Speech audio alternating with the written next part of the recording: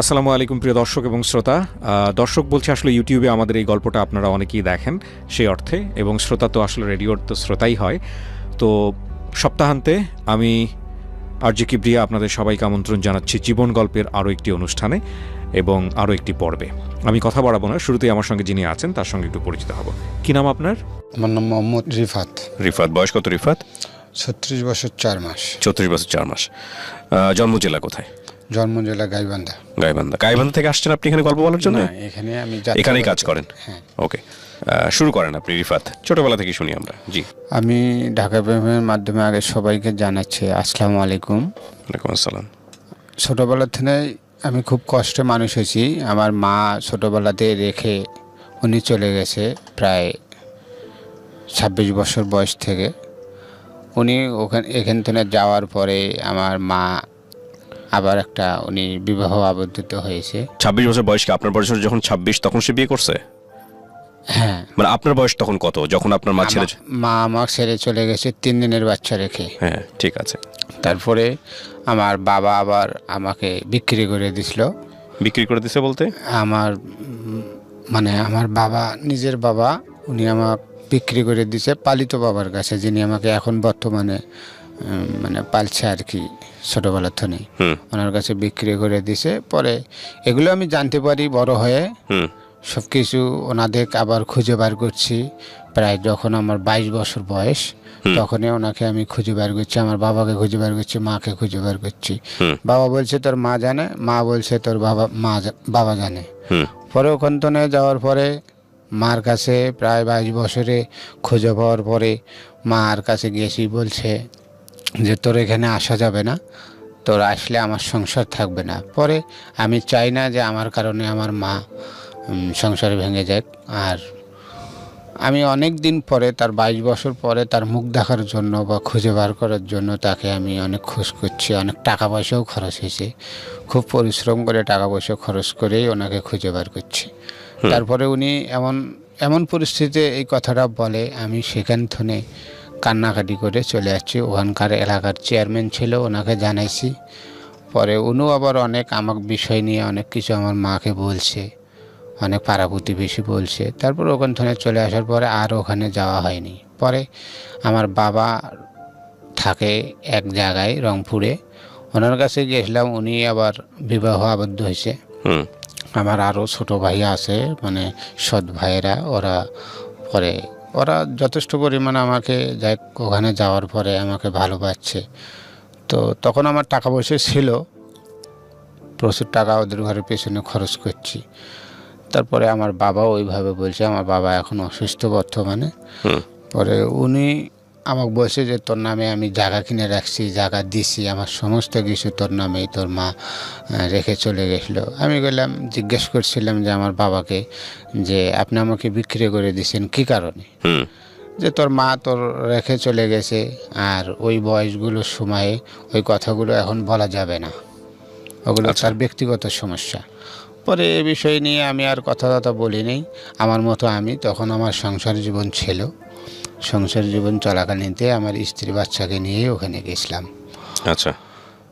পরে যাওয়ার পরে ওখান থেকে চলে যাচ্ছে, আর ওখানে আর যাওয়া হয়নি। পরে আমি ব্যবসা বাণিজ্য আবদ্ধ হয়েছিলাম গাজীপুরে, ঢাকা সিটিতে। পালিত বাবাই আমাকে কাপড়ের ব্যবসা করে দিয়েছিল, যাক মোটামুটি ভালোভাবেই চলছিলাম।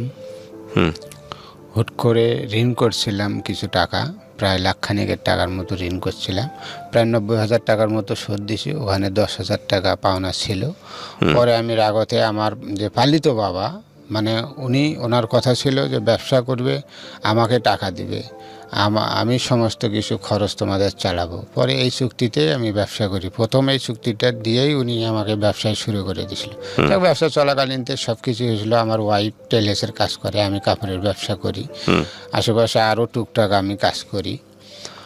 পরে এভাবে চলতে চলতে প্রায় 1.5 বছরের মাথায় উনি হিসেব নিয়ে আমার সঙ্গে সেই রকম বিশৃঙ্খলা বাজিয়ে দেওয়ার পর আমাকে ওখানে পাড়ার ভেতরে, গাজীপুরে, ঢাকায়, ওখানে ওই মহল্লার ভেতরে অনেক কিছু বলে যে আমার পালিত সন্তান। এগুলো আমি শুনতে পারি নাই, কারণ যে বাবা আমাকে জীবনে কোনো দিন এই কথাটা বলেনি, যে এখন আবার বলা শুরু করছে। কিন্তু তখন থেকেই আমার এখন পর্যন্ত এই বাবাই আমাকে সব কিছুই বলে আসতেছে। আগে বলেনি, যখন ওনার টাকা পয়সা ছিল উনি বিদেশে চলে গেছিলো রাশিয়ায়। আমার যখন 6 বছর বয়স, ওখান থেকে ফিরে আসে, তখন আমি একাই ছিলাম। আমার সৎ মায়ের একাই সন্তান ছিলাম। আমার সৎ মায়ের কোনো বাচ্চা কাচ্চা ছিল না। আমাকে নেওয়ার পরেই পরে বাচ্চা কাচ্চা হয়েছিল। পরে আমার বাবা বিদেশ যায় 6 বছরের মাথায়। এই পরে আমাকে এই বড় হয়ে আমার আর ছোটো ভাইগুলো হয়। তো আমি ভালোই ছিলাম পরিবারেতে। কিন্তু যাদের ঘরকে এখন বর্তমানে আমার মূল বিষয়টা, যাদের ঘরকে আমি এত ভালোবাসি, ছোটোবেলার থেকেই দিতে পারলেই তারা আমাকে ভালোবাসবে, এই কথাটা আমি তাদের ঘরের কাছে আমি বুঝতে এখনও পারিনি। যে তারা শুধু বলে যে তোরই সব কিছু। আমি যখন ছোটোবেলার থেকেই ছিলাম, যে ওরা বলছে যে হ্যাঁ আমার কথা শুনছে। আমি হয়তো 500 টাকা চাইছিলাম, আমাকে 50 টাকা দিছে। হয়তো আর ভাইয়েরা বোনেরা, ফুফাতো ভাই বা বোনেরা, আবার আমার নিজের ভাইয়েরা, বোন তো নেই, তারপরে ওনারা যদি 500 টাকা চায়, 500 টাকার বেশি দিছে, কিন্তু আমাকে কম দিছে। এভাবে দিয়েই আমি নিজেকে মনে করছি যে না, আমাকে কম দিছে, আমি কমেই খুশি। তো আমাকে ঈদে একটা দেখা গেল যে 50 টাকার কাপড় কিনে দিছে, সে কাপড়টা আমার পছন্দ হয় না। আমি জীবনে কোনো দিন এখন পর্যন্ত নিজের পছন্দ করে কাপড় বা খাবার খাইনি, বা আমি সেটা আমার কোনো শখ ইচ্ছা নেই। তারপরে হঠাৎ আমার বাবা, আমি গাজীপুর থেকে চলে যাওয়ার পরে আমি আবার গ্রামে যাই। আমি ব্যবসা বাণিজ্য, আবার মুদির দোকান শুরু করে লোন তুলে অনেক টাকা ঋণ করে, প্রায় 3.5 লক্ষ টাকার নাগান। আর আমার ওয়াইফ যিনি এখন আছে, তো উনি ওনার বাবার বাড়ি থেকে একটু চাকরির জন্য সে বাবার বাড়িতে প্রায় যায়। তো এরকম হাসপাতালে চাকরি করার জন্য, তো হাসপাতালে চাকরি হবে সেই আশায় করে বাড়ির সবাইকে আমি বলছি যে আমার ওয়াইফের চাকরি হবে, কিছু টাকা লাগবে। তো যাই হোক, তারা আর দেয় নাই। আমি নিজেই এটা সংগ্রহ করছি। এলাকার আরও অনেক আমার সম্পর্কে ভাইস্তা আছে, তাদের ঘরের কাছে, বা ভাই আছে তাদের ঘরের কাছে কিছু টাকা সেখানে দিই। সে টাকাটা আমি ধরা খাই প্রায় 5 লক্ষ টাকার নাগান। যাই হোক, সেই টাকাটা আমি ধীরে ধীরে প্রায় 4 লক্ষ টাকার নাগান শোধ দিচ্ছি। এখন আমার ঋণের ভিতরে বর্তমানে ঋণ শুধু 35,000 টাকা আছে। এই 35,000 টাকার জন্য আমি মান সম্মানে এখন ঢাকায় 13 মাস হয়ে যাচ্ছি। আমার পরিবার, আমি হাসপাতালে এই ঢাকায় আসার পরে, যাত্রাবাড়িতে আসার পরে আমার পরিবার আমাকে 1 মিনিটে ফোন দেয়নি। আমি যে হাসপাতালে 6 মাস ভর্তি ছিলাম, আমি স্ট্রোক করেছিলাম। আমার একটা হাত আর একটা পা সমস্যা হয়েছিল। পরে রংপুরে আমি হাসপাতালে চিকিৎসা করছি। চিকিৎসা করার পরে যাই হোক, মোটামুটি আল্লাহর রহমতে আমি সুস্থ হয়েছি। আমার ওয়াইফে আমাকে কষ্ট করে মানুষের কাছে ধার দেনা করেই শোধ করছে। শোধ করার পরে দেখলাম যে আমার বাবা মা, আত্মীয় স্বজন, যারা ওরা মনে করে হয়তো আমাকে পালছে, কিন্তু আমি মনে করি না। আমি জানা সত্ত্বেও তাদের ঘরে বলি নেই যে তোরা আমার পালিত বাবা মা বা পালিত আত্মীয় স্বজন, আমি মনে করি না। ওদের ঘরকে আমি ছোটোবেলার থেকেই, মানে আমি জানি যে এরাই আমার সব কিছু, ছোটোবেলার থেকেই মানি। কিন্তু এখন আমি বুঝতে শেখার পরে, আমার সংসার হওয়ার পরে, আমার বাচ্চা কাচ্চার বয়সে এখন অনেক কিছু ওরা বলে আসতেছে, তোকে কিছু দেবো না, তোর বাবা মা নাই, তোর বাবা মাকে খুঁজে বার কর। এরকম অনেক মিথ্যা কথাবার্তা, উল্টাপাল্টা অনেক কথাবার্তা বলে। এই মন মানসিকতা নিয়ে আমি আবার ঢাকায় চলে যাচ্ছি। এমন খোঁজ নেই। আমার 3 মেয়ে, 1 ছেলে। ছেলেটাকে নিয়েই আমি ঢাকায় চলে যাচ্ছি 26 দিনের বাচ্চা নিয়ে। আচ্ছা, এখন মোটামুটি এই 2013তেই, 23-এই পরে আমার বাচ্চাকে নিয়ে এখন পর্যন্ত আমি আসি। আমার বাচ্চার এই গত 9 তারিখে, মাসের 9 তারিখে জন্মদিন হয়েছে। আপনি এই গল্পটা কেন বললেন আমাদের রেডিওতে? আমি কেন বললাম, আমার বাবা মা, আত্মীয় স্বজন সবাই এই অনুষ্ঠান মানে এই ঢাকা FM 90.4-এ সবাই শোনে। আচ্ছা। আবার অনেক আমার বন্ধু বান্ধব আছে, প্রায় গ্রাজুয়েশন সবাই অনেকজনই আছে। তাদের ঘরেও আমি কোনোদিন বলি নেই যে আমার এই সমস্যা ও সমস্যা, আমি ঢাকায় এটা করতেছি সেটা করতেছি, খুব কষ্ট করতেছি। যে জীবনে আমি কোনো দিন একটা যেমন দেশ গ্রামে যে একটা কাশি ধরে সেটা আমি ধরা পছন্দ করিনি। আমার বাবা আমাকে শুধু আশ্বাস দিছে, কিন্তু উনি আমাকে কোনো বিশ্বাসের যে একটা কথাবার্তা বলবে সেটা এখন পর্যন্ত আমি পাইনি। হয়তো পাবো কি না পাবো সেটা জানি না। এই কথাগুলো তার কানে পৌঁছার জন্য, বা আমি তাকে বলতে পারতেছি না, কিন্তু আমি একটা সত্য মানছি যে আমি খাসি, তাকে আমি কেমন করে এই কথাগুলো সামনাসামনি বলি। এই জন্য আমি ঢাকা এফএমের মাধ্যমে আমি এই অনুষ্ঠানটা প্রায় অনেক বছর হয়ে শুনে আসতেছি।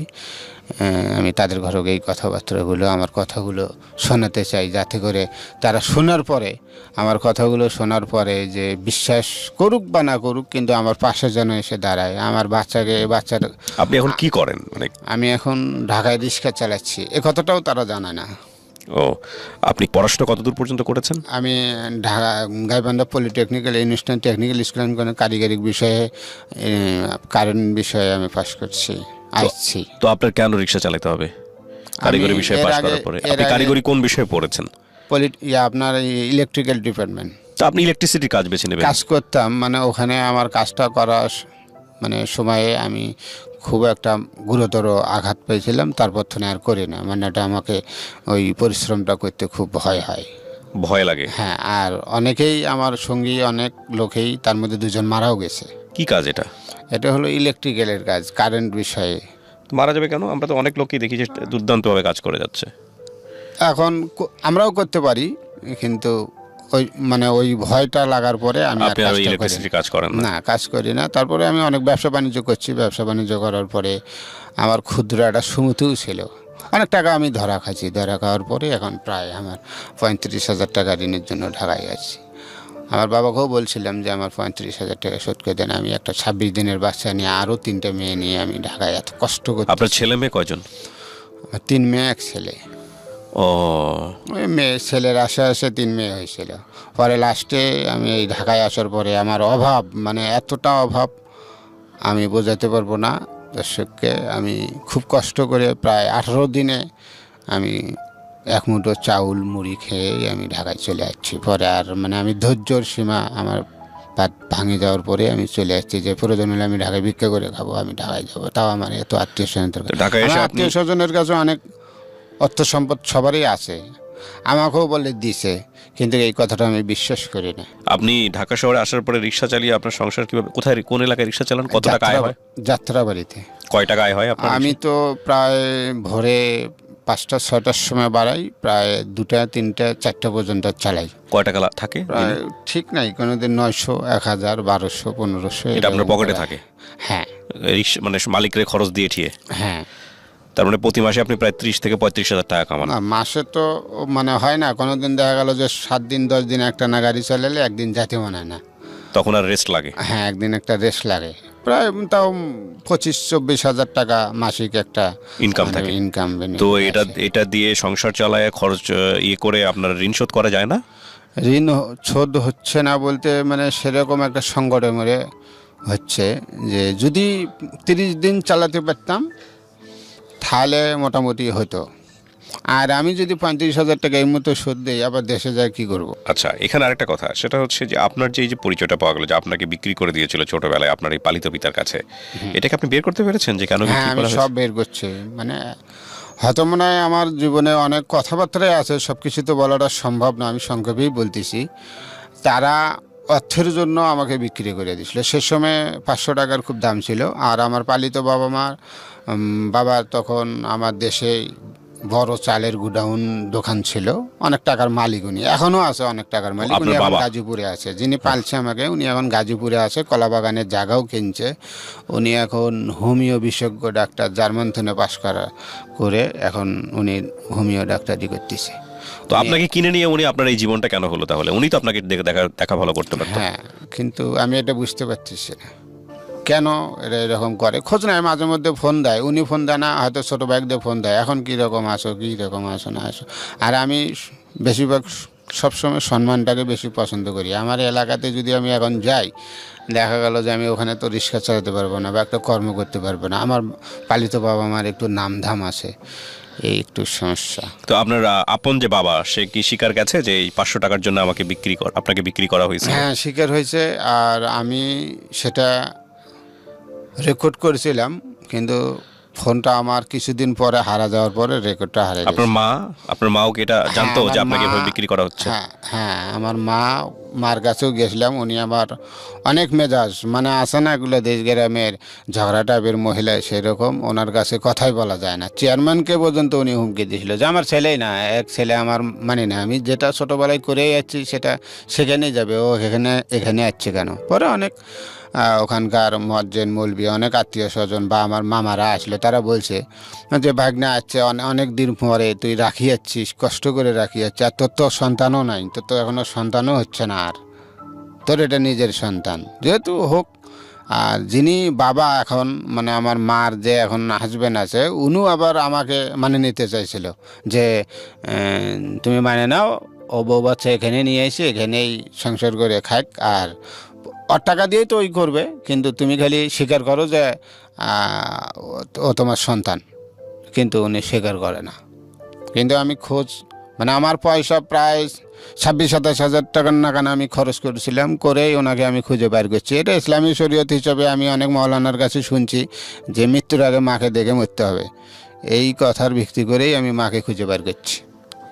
অনেক ওকে। পয়সা খরচ হয়েছে আমার। আপনার এই গল্পটা আসলে আপনি যেভাবে এখানে বললেন, খুব ছন্নছাড়া একটা গল্প, কিন্তু এই গল্পের যদি ভেতরে কেউ ঢুকতে পারেন, ওর জীবনে যা ঘটে গেছে বা ঘটছে সেটা অত্যন্ত হৃদয় বিদারক। কোনো সন্তান যদি জানে তার জীবন দশায় কোনো একটা পর্যায়ে এসে যে আমাকে ছোটবেলায় বিক্রি করা হয়েছিল অভাবের কারণে, এবং সেটার মূল্য ছিল মাত্র 500 টাকা, এবং সেখানে আসলে তার অনুভূতি কী হওয়া উচিত সেটা আসলে গল্পের বলার ধরনের জায়গা থেকে ফুটে ওঠেনি, এটা নিশ্চিতভাবেই বলা যায়। তবে এটাও একটা গল্প। এ ব্যাপারে আসসালামু আলাইকুম প্রিয় দর্শক এবং শ্রোতা। দর্শক বলছে আসলে ইউটিউবে আমাদের এই গল্পটা আপনারা অনেকেই দেখেন সেই অর্থে, এবং শ্রোতা তো আসলে রেডিওর তো শ্রোতাই হয়। তো সপ্তাহান্তে আমি আরজে কিবরিয়া আপনাদের সবাইকে আমন্ত্রণ জানাচ্ছি জীবন গল্পের আরও একটি অনুষ্ঠানে এবং আরও একটি পর্বে। আমি কথা বাড়াবো না, শুরুতেই আমার সঙ্গে যিনি আছেন তার সঙ্গে একটু পরিচিত হব। কি নাম আপনার? আমার নাম মোহাম্মদ রিফাত। রিফাত, বয়স কত রিফাত? 36 বছর 4 মাস। 34 বছর 4 মাস। জন্ম জেলা কোথায়? জন্ম জেলা গাইবান্ধা। গাইবান্ধা থেকে আসছেন আপনি এখানে গল্প বলার জন্য? না, এখানে আমি এখানেই কাজ করেন? হ্যাঁ। ওকে, শুরু করেন আপনি রিফাত, ছোটবেলা থেকে শুনি আমরা। জি। আমি ঢাকা প্রেমের মাধ্যমে আগে সবাইকে জানাচ্ছি আসসালামু আলাইকুম। ওয়ালাইকুম আসসালাম। ছোটোবেলা থেকে আমি খুব কষ্টে মানুষ হয়েছি। আমার মা ছোটোবেলাতে রেখে উনি চলে গেছে প্রায় 26 বছর বয়স থেকে। উনি এখান থেকে যাওয়ার পরে আমার মা আবার উনি বিবাহ আবদ্ধ হয়েছে। 26 বছর বয়স কি? আপনার বয়স যখন 26 তখন সে বিয়ে করছে? হ্যাঁ। মানে আপনার বয়স তখন কত যখন আপনার মা ছেড়ে? মা আমার ছেড়ে চলে গেছে 3 দিনের বাচ্চা রেখে। হ্যাঁ, ঠিক আছে। তারপরে আমার বাবা আবার আমাকে বিক্রি করে দিছিল। বিক্রি করে দিছে বলতে? মানে আমার বাবা, নিজের বাবা, উনি আমাকে বিক্রি করে দিছে পালিত বাবার কাছে, যিনি আমাকে এখন বর্তমানে মানে পালছে আর কি, ছোটোবেলার থেকে ওনার কাছে বিক্রি করে দিছে। পরে এগুলো আমি জানতে পারি বড় হয়ে। সব কিছু ওনাদের আবার খুঁজে বার করছি। প্রায় যখন আমার 22 বছর বয়স, তখনই ওনাকে আমি খুঁজে বার করছি, আমার বাবাকে খুঁজে বার করছি, মাকে খুঁজে বার করছি। বাবা বলছে তোর মা জানে, মা বলছে তোর বাবা জানে। পরে ওখান থেকে যাওয়ার পরে মার কাছে প্রায় 22 বছরে খুঁজে পাওয়ার পরে মার কাছে গেছি, বলছে যে তোর এখানে আসা যাবে না, তোর আসলে আমার সংসার থাকবে না। পরে আমি চাই না যে আমার কারণে আমার মা সংসার ভেঙে যাক। আর আমি অনেক দিন পরে, তার 22 বছর পরে তার মুখ দেখার জন্য বা খুঁজে বার করার জন্য তাকে আমি অনেক খোঁজ করছি। অনেক টাকা পয়সাও খরচ হয়েছে, খুব পরিশ্রম করে টাকা পয়সা খরচ করেই ওনাকে খুঁজে বার করছি। তারপরে উনি এমন পরিস্থিতিতে এই কথাটা বলে, আমি সেখান থেকে কান্নাকাটি করে চলে যাচ্ছি। ওখানকার এলাকার চেয়ারম্যান ছিল, ওনাকে জানাইছি। পরে উনিও আবার অনেক আমাকে বিষয় নিয়ে অনেক কিছু আমার মাকে বলছে, অনেক পাড়া প্রতিবেশী বলছে। তারপর ওখান থেকে চলে আসার পরে আর ওখানে যাওয়া হয়নি। পরে আমার বাবা থাকে এক জায়গায় রংপুরে, ওনার কাছে গিয়েছিলাম, উনি আবার বিবাহ আবদ্ধ হয়েছে। হুম আমার আরও ছোট ভাই আছে, মানে সৎ ভাইয়েরা, পরে ওরা যথেষ্ট পরিমাণে আমাকে ওখানে যাওয়ার পরে আমাকে ভালোবাসছে। তো তখন আমার টাকা পয়সা ছিল, প্রচুর টাকা ওদের ঘরের পেছনে খরচ করছি। তারপরে আমার বাবাও ওইভাবে বলছে, আমার বাবা এখন অসুস্থ বর্তমানে। হুম পরে উনি আমাকে বলছে যে তোর নামে আমি জায়গা কিনে রাখছি, জায়গা দিছি, আমার সমস্ত কিছু তোর নামেই, তোর মা রেখে চলে গেছিলো। আমি বললাম, জিজ্ঞেস করছিলাম যে আমার বাবাকে, যে আপনি আমাকে বিক্রি করে দিয়েছেন কী কারণে? হুম যে তোর মা তোর রেখে চলে গেছে, আর ওই বয়সগুলোর সময়ে ওই কথাগুলো এখন বলা যাবে না, ওগুলো তার ব্যক্তিগত সমস্যা। পরে এ বিষয় নিয়ে আমি আর কথা বলি নেই। আমার মতো আমি তখন, আমার সংসার জীবন ছিল, সংসার জীবন চলাকালীনতে আমার স্ত্রী বাচ্চাকে নিয়ে ওখানে গেছিলাম। আচ্ছা পরে যাওয়ার পরে ওখান থেকে চলে যাচ্ছে, আর ওখানে আর যাওয়া হয়নি। পরে আমি ব্যবসা বাণিজ্য আবদ্ধ হয়েছিলাম গাজীপুরে, ঢাকা সিটিতে। পালিত বাবাই আমাকে কাপড়ের ব্যবসা করে দিয়েছিল, যাক মোটামুটি ভালোভাবেই চলছিলাম। হুম হুট করে ঋণ করছিলাম কিছু টাকা, প্রায় লাখখানেকের টাকার মতো ঋণ করছিলাম।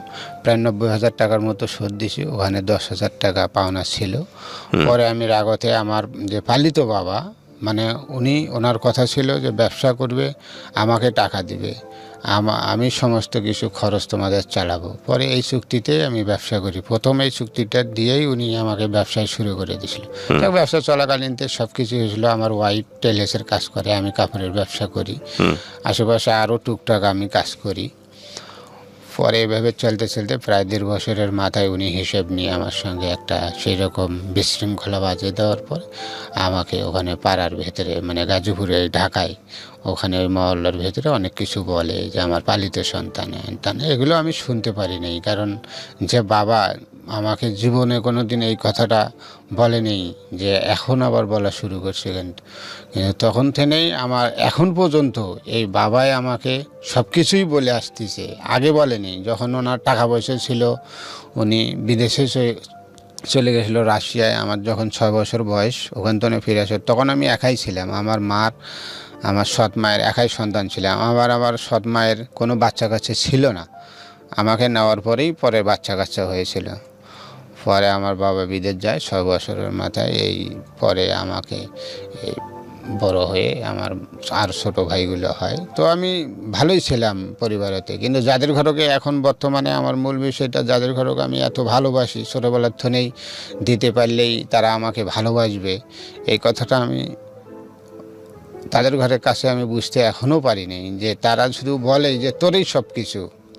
আমি যখন ছোটোবেলার থেকেই ছিলাম, যে ওরা বলছে যে হ্যাঁ আমার কথা শুনছে। আমি হয়তো 500 টাকা চাইছিলাম, আমাকে 50 টাকা দিছে। হয়তো আর ভাইয়েরা, বোনেরা, ফুফাতো ভাই বা বোনেরা, আবার আমার নিজের ভাইয়েরা, বোন তো নেই, তারপরে ওনারা যদি 500 টাকা চায়, 500 টাকার বেশি দিছে, কিন্তু আমাকে কম দিছে।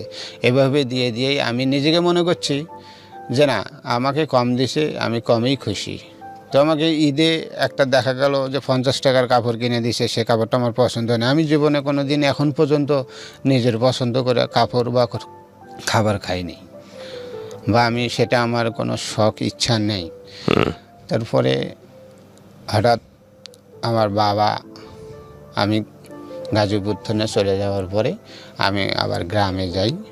গ্রামে যাই আমি ব্যবসা বাণিজ্য, আবার মুদির দোকান শুরু করে, লোন তুলে অনেক টাকা ঋণ করে, প্রায় 3.5 লক্ষ টাকার নাগান। আর আমার ওয়াইফ যিনি এখন আছে, তো ওনার বাবার বাড়ি থেকে একটু চাকরির জন্য সে বাবার বাড়িতে প্রায় যায়। তো এরকম হাসপাতালে চাকরি করার জন্য, তো হাসপাতালে চাকরি হবে সেই আশায় করে বাড়ির সবাইকে আমি বলছি যে আমার ওয়াইফের চাকরি হবে, কিছু টাকা লাগবে। তো যাই হোক, তারা আর দেয় নাই। আমি নিজেই এটা সংগ্রহ করছি। এলাকার আরও অনেক আমার সম্পর্কে ভাইস্তা আছে, তাদের ঘরের কাছে, বা ভাই আছে, তাদের ঘরের কাছে কিছু টাকা সেখানে দিই। সে টাকাটা আমি ধরা খাই প্রায় 5 লক্ষ টাকার নাগান। যাই হোক, সেই টাকাটা আমি ধীরে ধীরে প্রায় 4 লক্ষ টাকার নাগান শোধ দিচ্ছি। এখন আমার ঋণের ভেতরে বর্তমানে ঋণ শুধু 35,000 টাকা আছে। এই 35,000 টাকার জন্য আমি মান সম্মানে এখন ঢাকায় 13 মাস হয়ে যাচ্ছি। আমার পরিবার, আমি হাসপাতালে এই ঢাকায় আসার পরে, যাত্রাবাড়িতে আসার পরে আমার পরিবার আমাকে 1 মিনিটে ফোন দেয়নি। আমি যে হাসপাতালে 6 মাস ভর্তি ছিলাম, আমি স্ট্রোক করেছিলাম, আমার একটা হাত আর একটা পা সমস্যা হয়েছিল। পরে রংপুরে আমি হাসপাতালে চিকিৎসা করছি। চিকিৎসা করার পরে যাই হোক মোটামুটি আল্লাহর রহমতে আমি সুস্থ হয়েছি। আমার ওয়াইফে আমাকে কষ্ট করে মানুষের কাছে ধার দেনা করেই শোধ করছে। শোধ করার পরে দেখলাম যে আমার বাবা মা আত্মীয় স্বজন যারা, ওরা মনে করে হয়তো আমাকে পালছে, কিন্তু আমি মনে করি না। আমি জানা সত্ত্বেও তাদের ঘরে বলি নেই যে তোরা আমার পালিত বাবা মা বা পালিত আত্মীয় স্বজন, আমি মনে করি না। ওদের ঘরক আমি ছোটোবেলার থনেই, মানে আমি জানি যে এরাই আমার সব কিছু, ছোটোবেলার থনেই মানি। কিন্তু এখন আমি বুঝতে শেখার পরে, আমার সংসার হওয়ার পরে, আমার বাচ্চা কাচ্চার বয়সে এখন অনেক কিছু ওরা বলে আসতেছে, তোকে কিছু দেবো না, তোর বাবা মা নাই, তোর বাবা মাকে খুঁজে বার কর। এরকম অনেক মিথ্যা কথাবার্তা, উল্টোপাল্টা অনেক কথাবার্তা বলে। এই মন মানসিকতা নিয়ে আমি আবার ঢাকায় চলে যাচ্ছি। এখন খোঁজ নেই। আমার 3 মেয়ে 1 ছেলে, ছেলেটাকে নিয়েই আমি ঢাকায় চলে যাচ্ছি 26 দিনের বাচ্চা নিয়ে। আচ্ছা, এখন কত সালে? এই 2013তেই, 23-এই। পরে আমার বাচ্চাকে নিয়ে এখন পর্যন্ত আমি আছি। আমার বাচ্চার এই গত 9 তারিখে, মাসের 9 তারিখে জন্মদিন হয়েছে। আপনি এই গল্পটা কেন বললেন আমাদের রেডিওতে? আমি কেন বললাম, আমার বাবা মা আত্মীয় স্বজন সবাই এই অনুষ্ঠান মানে এই ঢাকা FM 90.4-এ সবাই শোনে। আচ্ছা, আবার অনেক আমার বন্ধু বান্ধব আছে, প্রায় গ্রাজুয়েশন সবাই অনেকজনই আছে। তাদের ঘরেও আমি কোনোদিন বলিনি যে আমার এই সমস্যা ও সমস্যা, আমি ঢাকায় এটা করতেছি সেটা করতেছি, খুব কষ্ট করতেছি। যে জীবনে আমি কোনো দিন একটা যেমন দেশ গ্রামে যে একটা কাশি ধরে, সেটা আমি ধরা পছন্দ করিনি। আমার বাবা আমাকে শুধু আশ্বাস দিছে, কিন্তু উনি আমাকে কোনো বিশ্বাসের যে একটা কথাবার্তা বলবে, সেটা এখন পর্যন্ত আমি পাইনি। হয়তো পাবো কি না পাবো সেটা জানি না। এই কথাগুলো তার কানে পৌঁছার জন্য, বা আমি তাকে বলতে পারতেছি না, কিন্তু আমি একটা সত্য মানছি যে আমি খাসি, তাকে আমি কেমন করে এই কথাগুলো সামনাসামনি বলি। এই জন্য আমি ঢাকা এফএমের মাধ্যমে আমি এই অনুষ্ঠানটা প্রায় অনেক বছর হয়ে শুনে আসতেছি।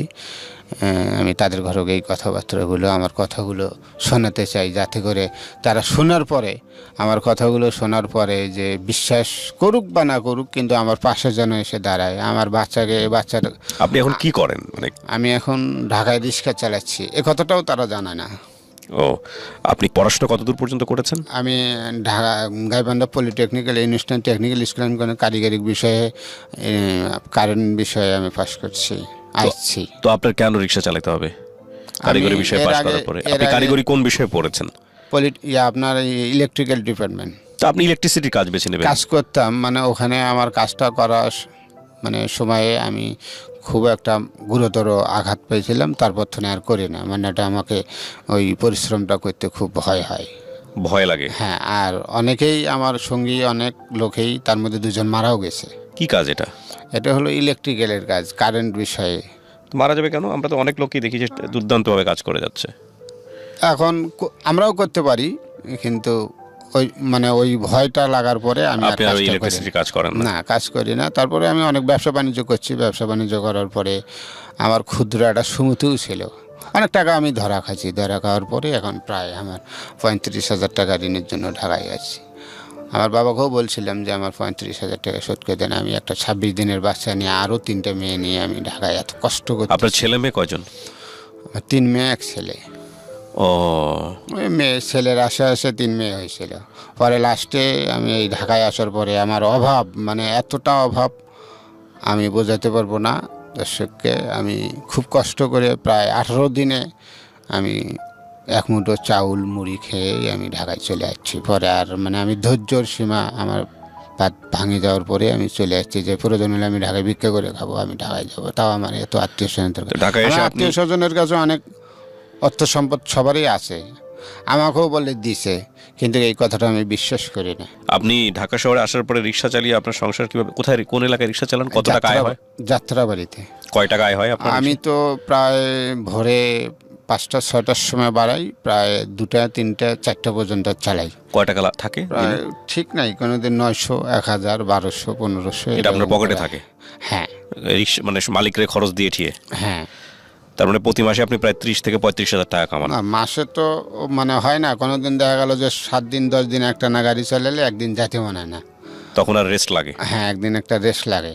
প্রায় তাও 25-24 হাজার টাকা মাসিক একটা ইনকাম থাকে। ইনকাম।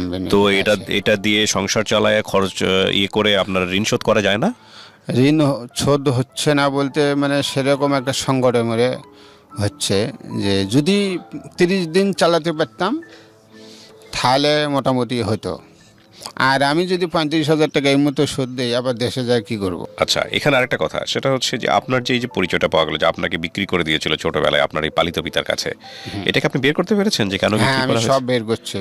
মানে হয়তো মনে হয় আমার জীবনে অনেক কথাবার্তাই আছে, সব কিছু তো বলাটা সম্ভব না, আমি সংক্ষেপেই বলতেছি। তারা অর্থের জন্য আমাকে বিক্রি করে দিয়েছিল। সে সময় 500 টাকার খুব দাম ছিল। আর আমার পালিত বাবার তখন আমার দেশে বড় চালের গুডাউন দোকান ছিল, অনেক টাকার মালিক উনি, এখনও আছে অনেক টাকার মালিক। উনি আপনার এখন বাবা? গাজীপুরে আছে, যিনি পালছে আমাকে উনি এখন গাজীপুরে আছে, কলাবাগানের জায়গাও কিনছে। উনি এখন হোমিও বিশেষজ্ঞ ডাক্তার, জার্মান থেকে পাশ করে এখন উনি হোমিও ডাক্তারি করতেছে। তো আপনাকে কিনে নিয়ে উনি আপনার এই জীবনটা কেন হলো তাহলে? উনি তো আপনাকে দেখা ভালো করতে পারতেন। হ্যাঁ, কিন্তু আমি এটা বুঝতে পারতেছি না কেন এরা এরকম করে। খোঁজ নেয়, মাঝে মধ্যে ফোন দেয়, উনি ফোন দেয় না, হয়তো ছোটো ভাইদের ফোন দেয়, এখন কীরকম আসো, কীরকম আসো না আসো। আর আমি বেশিরভাগ সবসময় সম্মানটাকে বেশি পছন্দ করি। আমার এলাকাতে যদি আমি এখন যাই, দেখা গেল যে আমি ওখানে তো রিক্সা চালাতে পারবো না বা একটা কর্ম করতে পারবো না। আমার পালিত বাবা মার একটু নামধাম আছে, এই একটু সমস্যা। তো আপনার আপন যে বাবা, সে কি স্বীকার গেছে যে এই 500 টাকার জন্য আপনাকে বিক্রি করা হয়েছে? হ্যাঁ, স্বীকার হয়েছে। আর আমি সেটা রেকর্ড করেছিলাম, কিন্তু ফোনটা আমার কিছুদিন পরে হারা যাওয়ার পরে রেকর্ডটা হারিয়ে গেছে। আপনার মাও কি এটা জানতো হ্যাঁ, যে আমার আপনাকে মা- এভাবে বিক্রি করা হচ্ছে? হ্যাঁ হ্যাঁ, আমার মার কাছেও গেছিলাম। উনি আমার অনেক মেজাজ, মানে আছে না এগুলো দেশ গ্রামের ঝগড়া টাইপের মহিলা, সেরকম। ওনার কাছে কথাই বলা যায় না। চেয়ারম্যানকে পর্যন্ত উনি হুমকি দিয়েছিল যে আমার ছেলেই না, এক ছেলে আমার মানে না, আমি যেটা ছোটোবেলায় করেই যাচ্ছি সেটা সেখানেই যাবে, ও এখানে আসছে কেন? পরে অনেক ওখানকার মজ্জেন মৌলবি অনেক আত্মীয় স্বজন বা আমার মামারা আসলে তারা বলছে যে ভাগ্নে আসছে অনেক দিন পরে, তুই রাখি যাচ্ছিস, কষ্ট করে রাখি যাচ্ছিস, আর তোর তো সন্তানও নাই, তোর তো এখনও সন্তানও হচ্ছে না, আর তোর এটা নিজের সন্তান যেহেতু হোক। আর যিনি বাবা এখন মানে আমার মার যে এখন হাজব্যান্ড আছে, উনিও আবার আমাকে মানে নিতে চাইছিল যে তুমি মানে নাও, ও বউ বাচ্চা এখানে নিয়ে এসে এখানেই সংসার করে খাক, আর ওর টাকা দিয়েই তো ওই করবে, কিন্তু তুমি খালি স্বীকার করো যে ও তোমার সন্তান। কিন্তু উনি স্বীকার করে না। কিন্তু আমি খোঁজ মানে আমার পয়সা প্রায় 26-27 হাজার টাকার নাগান আমি খরচ করেছিলাম, করেই ওনাকে আমি খুঁজে বের করছি। এটা ইসলামী শরীয়ত হিসাবে আমি অনেক মৌলানার কাছে শুনছি যে মৃত্যুর আগে মাকে দেখে মরতে হবে। এই কথার ভিত্তি করেই আমি মাকে খুঁজে বের করছি। অনেক ওকে, পয়সা খরচ হয়েছে আমার। আপনার এই গল্পটা আসলে আপনি যেভাবে এখানে বললেন খুব ছন্নছাড়া একটা গল্প, কিন্তু এই গল্পের যদি ভেতরে কেউ ঢুকতে পারেন, ওর জীবনে যা ঘটে গেছে বা ঘটছে সেটা অত্যন্ত হৃদয় বিদারক। কোনো সন্তান যদি জানে তার জীবন দশায় কোনো একটা পর্যায়ে এসে যে আমাকে ছোটোবেলায় বিক্রি করা হয়েছিল অভাবের কারণে এবং সেটার মূল্য ছিল মাত্র 500 টাকা, এবং সেখানে আসলে তার অনুভূতি কী হওয়া উচিত সেটা আসলে গল্পের বলার ধরনের জায়গা থেকে ফুটে ওঠেনি, এটা নিশ্চিতভাবেই বলা যায়। তবে এটাও একটা গল্প, এ ব্যাপারে কোনো সন্দেহ নেই। আমরা অবশ্যই আপনাকে ধন্যবাদ জানাই যে আপনি কিছুটা হলেও মনের কথা এখানে মন খুলে বলেছেন। আমরা জানি না আপনার বাবা মায়ের কানে এই গল্পটা যাবে কিনা, যেভাবে বিচ্ছিন্নভাবে আপনি এখানে বলেছেন, তবে আমরা নিশ্চয়ই চাইবো যে কোনো সন্তানের জীবন যেন এরকম না হয়। আমরা শেষ করছি আজকের মতো, প্রিয় শ্রোতা, অনেক ভালো থাকুন, শুভরাত্রি।